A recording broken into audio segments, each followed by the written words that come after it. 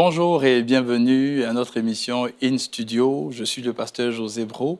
Alors nous continuons toujours dans notre série Le travail de l'âme et l'exaucement des prières. Et en ce moment, nous sommes en train de voir la session qui concerne le prix à payer pour des exploits. Le prix à payer pour des exploits. Donc nous avons vu précédemment la joie qui devait être manifestée, parce que la joie nous permet justement, dans notre attente de l'exaucement, de pouvoir réjouir le cœur de Dieu.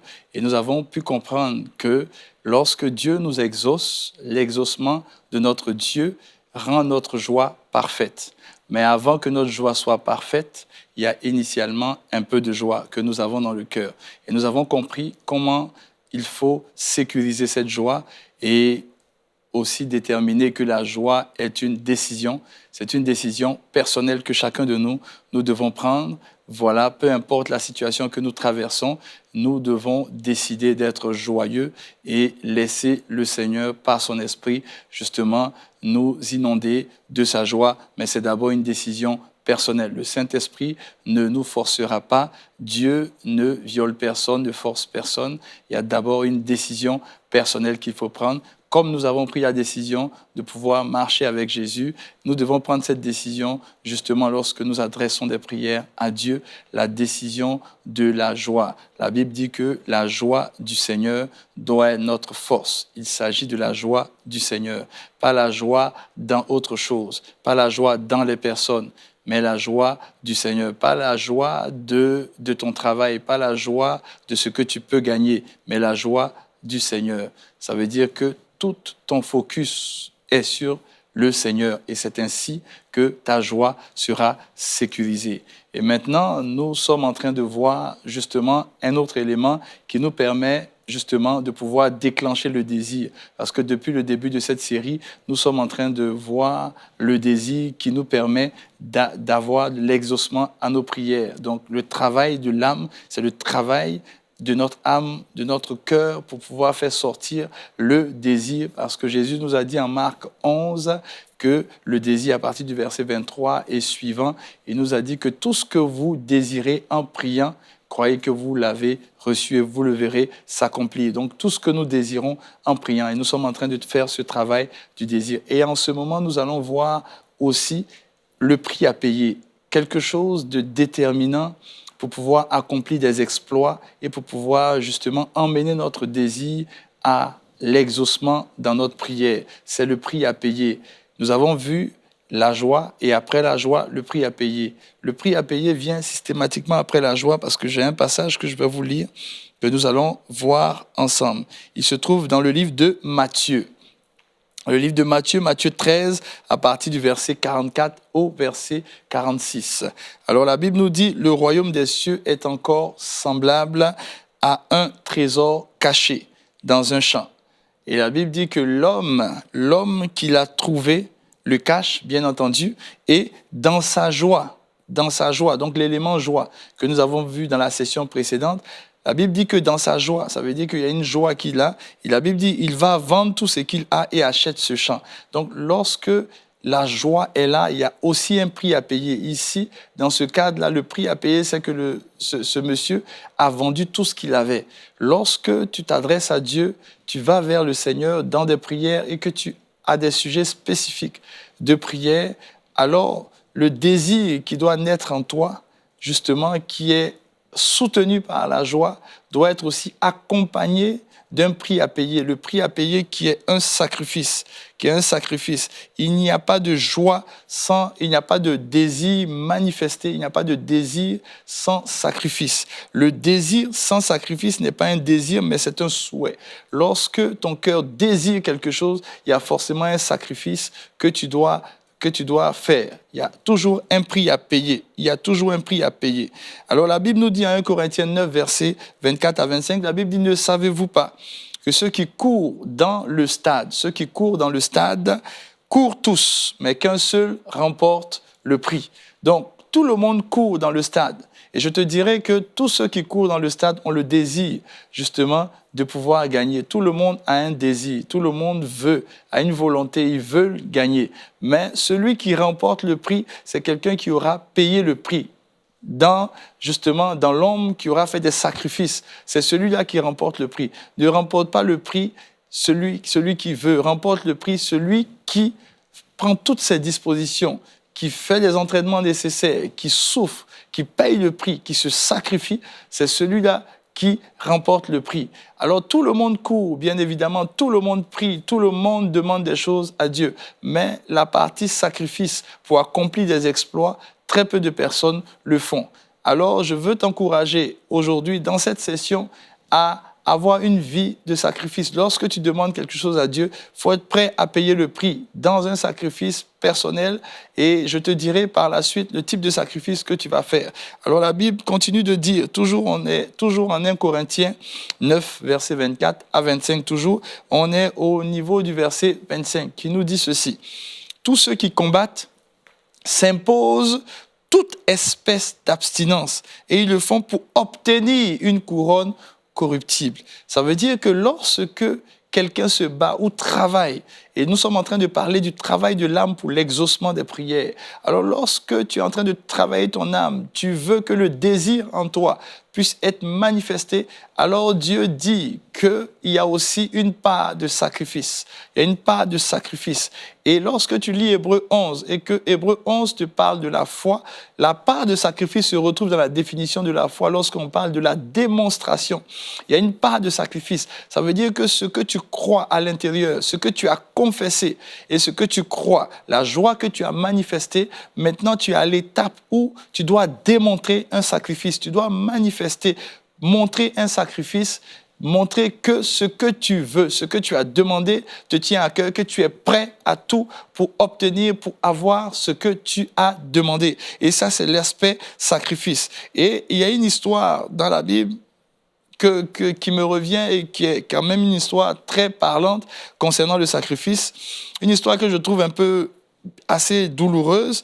Elle se trouve dans le livre de Rois, 2 Rois 3, versets 26 à 27. Qu'est-ce que la Bible nous dit? La Bible nous dit que le roi de Moab, voyant qu'il avait le dessous dans le combat, c'est-à-dire qu'il y a eu un combat entre Moab et Israël. Et le roi de Moab a vu qu'il avait le dessous, c'est-à-dire qu'il n'arrivait pas à gagner le roi d'Édom. Donc, Édom, il n'arrivait pas à avoir une domination dans ce combat qu'il y avait. Alors, qu'est-ce qui se passe? La Bible dit qu'il a pris avec lui 700 hommes tirant l'épée pour se frayer un passage jusqu'au roi d'Édom. Mais il n'a pas pu y arriver. Il a fait tout pour se frayer un passage, pour pouvoir atteindre ce roi avec qui il fait la guerre, mais il n'a pas pu. Et la Bible nous dit au verset 27, la Bible dit, il prit alors son fils, son premier-né, et lorsqu'il a pris son premier-né, qu'est-ce qu'il fait? Son premier-né qui devait, je vous le signale, qui devait régner à sa place, il prend donc son premier-né et il l'offre en holocauste. Donc, il fait un sacrifice. Et vous allez découvrir à partir de ce passage que le sacrifice est la force de l'univers, l'une des forces de l'univers les plus puissantes. Lorsqu'il y a sacrifice, alors c'est vraiment extraordinaire. Lorsque Dieu voit le sacrifice vis-à-vis de ses enfants, lorsque Dieu voit un cœur plein, un cœur prêt à se sacrifier, Dieu exauce. Alors, il y a eu ce sacrifice-là. Et ce roi, qu'est-ce qu'il a fait? Il a pris son fils et il a mis en holocauste, il a offert en holocauste. C'est dramatique, c'est une histoire dramatique. Chaque fois que je lis cette histoire, j'ai la chair de poule. Je me dis, mais c'est pas possible, c'est impossible, impensable. Comment quelqu'un peut sacrifier sa progéniture, celui qui devait régner à sa place? Mais vous allez suivre la suite de ce passage. La suite de ce passage nous dit ceci. La suite de ce passage nous dit, et une grande indignation. Lorsqu'il a sacrifié son fils, il y a eu une grande indignation qui s'est emparée d'Israël, qui s'est éloignée du roi de Moab et s'est retournée dans son pays. Vous imaginez, il y a eu une grande indignation. Et ici, lorsqu'on lit indignation, on ne voit pas un peu la portée de la chose. Mais ici, une grande indignation veut dire simplement que l'atmosphère spirituelle de victoire qu'Israël avait, initialement parce qu'Israël avait le déçu, cette atmosphère de victoire-là s'est transformée en terreur et en lourdeur. Et il s'est passé qu'à 2 doigts de la victoire, Israël a été obligé d'abandonner et ils sont rentrés chez eux à des kilomètres et des kilomètres. Tout simplement parce qu'il y a eu sacrifice. Il y a eu sacrifice. Le sacrifice est une puissance qui déclenche le désir, qui emmène le désir à l'accomplissement. Lorsqu'il y a désir dans le cœur de quelqu'un, il y a alors sacrifice. Il ne peut pas avoir de désir sans sacrifice. Jésus dit en Marc 11, il le dit en Marc 11, 23, il dit « Tout ce que vous désirez dans la prière », ça veut dire qu'il faut qu'il y ait le désir.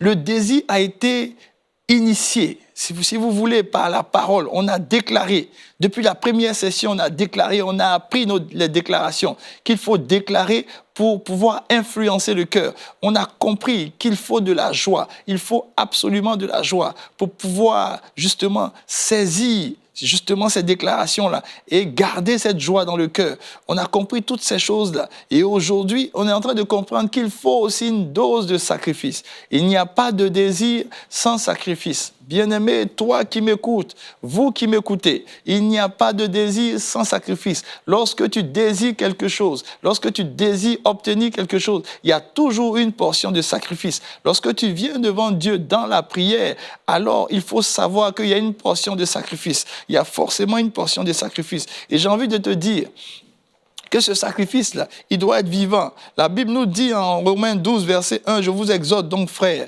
par les compassions de Dieu, à offrir vos corps comme un sacrifice vivant. » Ça veut dire que le sacrifice que Dieu demande de toi, c'est un sacrifice entier, c'est un sacrifice vivant. Tu pries le Seigneur et tu dis au Seigneur, « Seigneur, donne-moi un enfant. » Ça, c'est ta demande et Dieu va t'exaucer. Mais pour cela, Dieu doit voir la notion de sacrifice. Ce sacrifice, c'est quoi? C'est-à-dire des choses que tu n'as peut-être pas l'habitude de faire, des choses, tu vas sortir de ta zone de confort.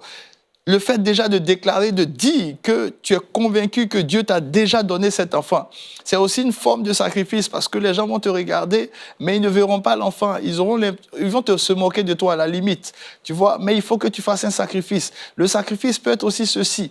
Tu te lèves, tu vas commencer à magasiner des habits des enfants. C'est aussi un sacrifice. Le sacrifice, c'est vraiment plier sa volonté. C'est vraiment sortir de sa zone de confort. Ce serait très facile de dire, j'attends une réponse du Seigneur, je vais m'asseoir pour attendre cette réponse. Ce serait très facile. Moi, je dis que ça, c'est le souhait. Ça rentre dans le cadre du souhait. Mais le désir est toujours sacrificiel. Il y a toujours un moment où il faut que tu fasses un sacrifice. Et ici, la Bible dit que c'est un sacrifice vivant. Qu'est-ce que c'est un sacrifice vivant? Le sacrifice vivant est un sacrifice qui a 3 T. C'est-à-dire, il est défini en 3 T. T, la lettre T. 3 T. D'abord, le sacrifice de ton temps, le sacrifice de ton talent et ensuite le sacrifice de ton trésor. Ça veut dire que ton temps va être sacrifié. Lorsque tu demandes quelque chose au Seigneur, alors il faut que tu mettes du temps à part. Tu vas sacrifier une partie de ton temps justement pour montrer au Seigneur que ça te tient à cœur, ce que tu as demandé à ton Dieu. Alléluia. Et aussi, tu vas aussi mettre une partie de ton talent. Ça veut dire que ce que Dieu a mis entre tes mains aussi va passer dans ce sacrifice-là. Ce que Dieu veut, ce que Dieu attend, c'est qu'il y ait un sacrifice de ta part. Il ne peut pas avoir de désir sans sacrifice. Il ne peut pas avoir de désir sans sacrifice. Tout ce que tu vas sacrifier, tout ce que tu vas s'aimer, obéit au principe du centuple. Tout ce que tu vas sacrifier obéit à ce principe-là. Et je veux te dire, et il est important que tu le saches, la Bible nous dit que lorsque tout ce qu'un homme sème, il est sûr de le moissonner. Alors, si tu veux accomplir des exploits dans la prière, alors comprends qu'il y a une dimension de sacrifice. Et cette dimension de sacrifice, elle t'appartient. Il y a des choses que tu vas faire, il y a des sacrifices que tu vas faire. Cette dimension t'appartient. C'est une dimension qui t'appartient. Et la Bible nous dit ceci, et je vais lire ce passage, et tu vas voir, la Bible nous dit en Genèse 26, verset 12, la Bible dit, Isaac sema dans le pays, et il recueillit cette année le centuple de ce qu'il a semé. Il a semé. Avant de recueillir, il y a eu ce qu'on appelle une sémence. Alors, lorsque tu viens devant le Seigneur et que tu dis au Seigneur, voici mon besoin, voici ce que je veux, alors il faut que tu sèmes quelque chose. Ça peut ne pas être forcément financier, ça peut ne pas être une semence monétaire, mais ça peut être une semence du temps. Ça peut être que, par exemple, Dieu, tu demandes au Seigneur, et j'ai ce témoignage d'une personne qui fréquente notre église, justement, j'ai ce témoignage d'une sœur en Christ qui a demandé au Seigneur de lui donner un enfant. Et le Seigneur a voulu voir quel est le type de sacrifice qu'elle pouvait faire. Et elle s'est retrouvée dans une situation où on lui a demandé de pouvoir garder des enfants qui n'étaient pas les siens, qui n'étaient pas ses enfants parce qu'elle n'avait pas encore d'enfants. Elle espérait, elle attendait.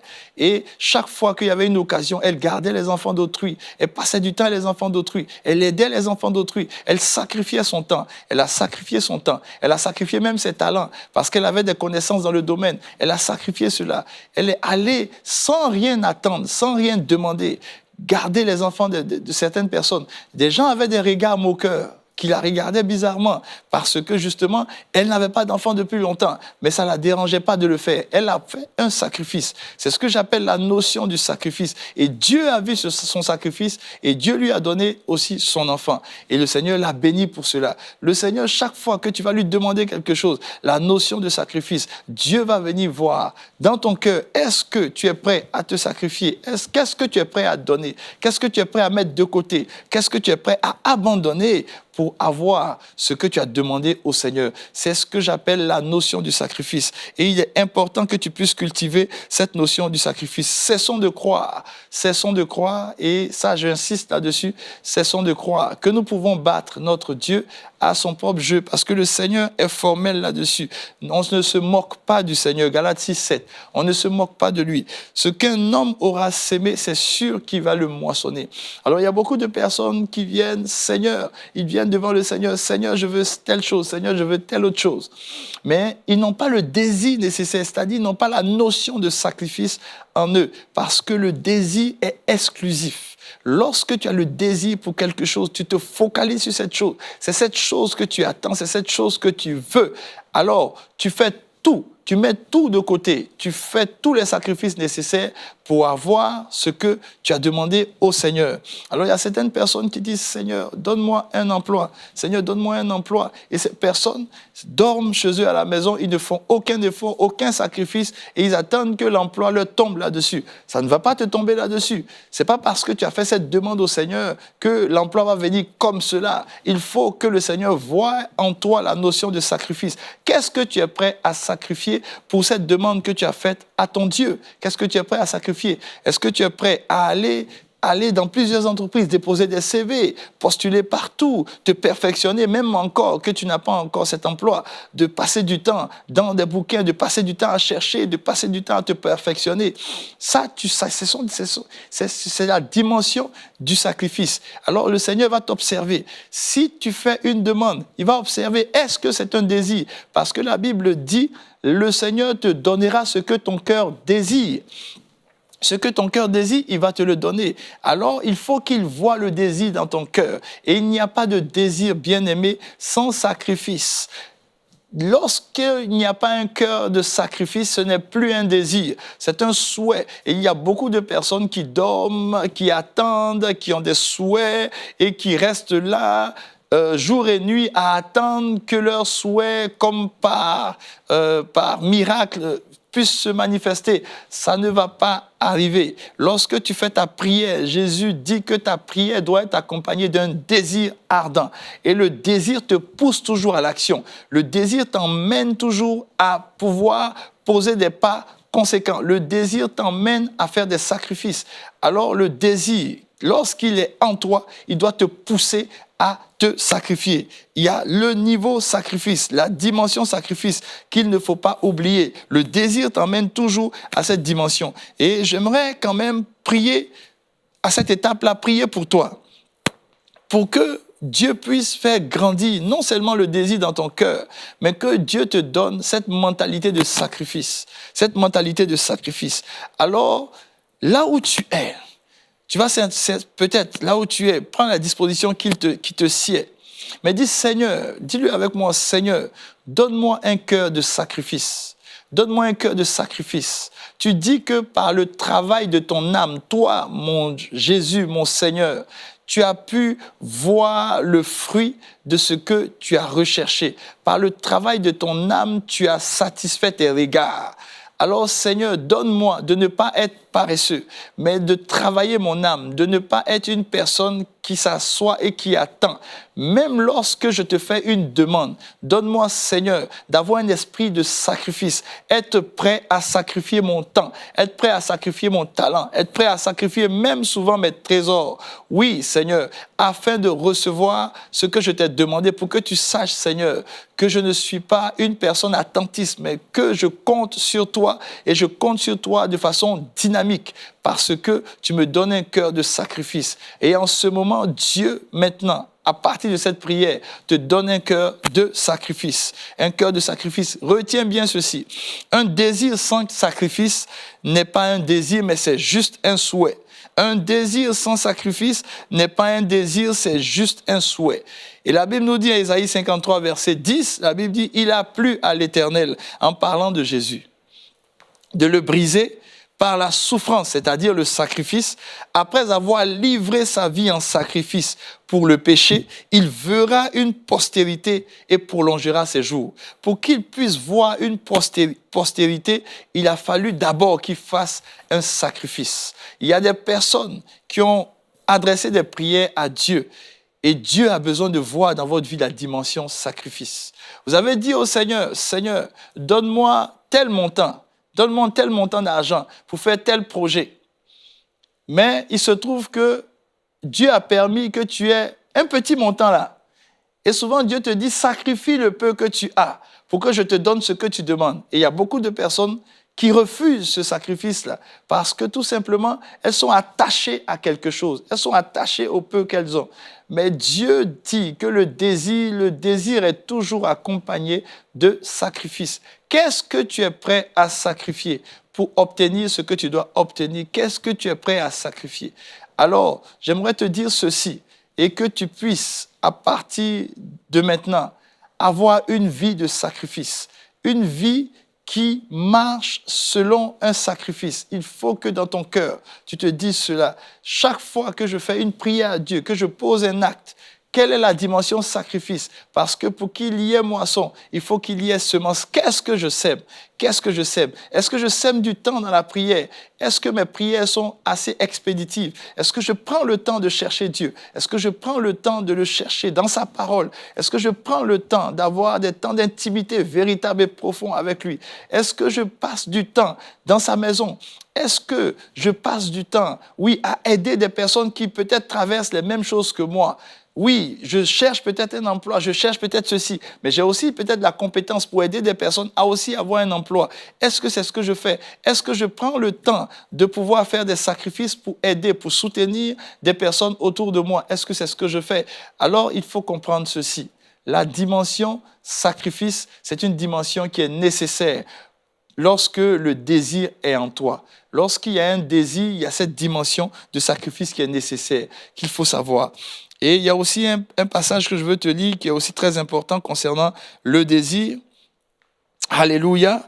Il se trouve exactement, justement, voilà, il se trouve en Romains 1, verset 15. En Romains 1, verset 15. Et pour ceux qui ont suivi certainement la première session, vous le verrez en Romains 1, verset 15, j'en ai parlé. Le désir chasse la honte. C'est aussi un sacrifice. C'est aussi un sacrifice, la Bible dit.